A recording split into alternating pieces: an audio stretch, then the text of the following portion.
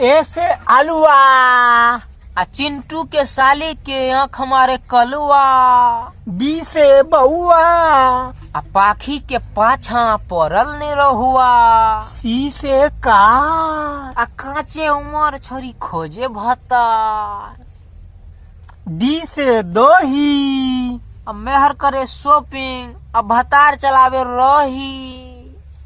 इसे इलायची। भतारू ह गैया मेहर बिया कोची। एफ से फलूदा।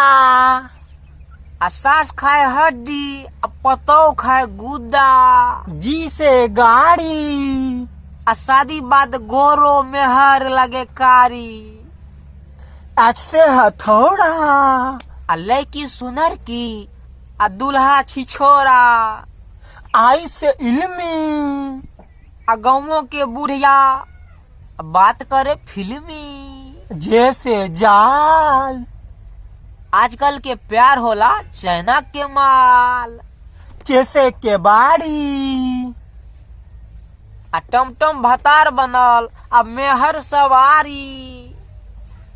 एल से लेमन चूस। बित्ता सन नौकरी पर छिट्टा सन घूस। एम से मौसा। मेहरारू नीमन भतार मुँह झौसा। एन से नाना। लड़की के चक्कर में बुढ़वो दीवाना।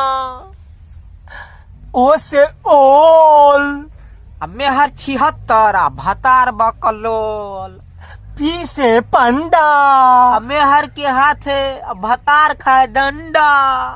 चू से कुल्फी। सास रखे घूंघट पतोह रखे जुल्फी।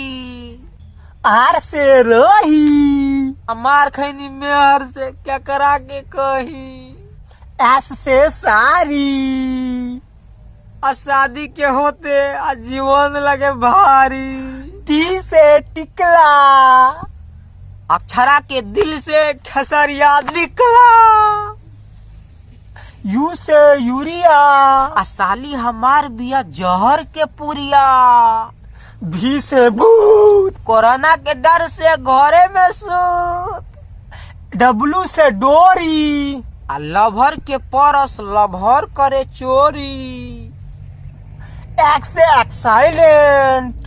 किचन में मर्दा देखावे टैलेंट। वाई से वादा। बुढ़वो चुमन करे आए हो दादा। जेड से जर्दा। ऑफिस में मेहर किचन में मर्दा। अगर रउआ लोगन के हमारी वीडियो निमन लागल तो ई वीडियो के कदी लाइक और हमारे चैनल के कदी सब्सक्राइब।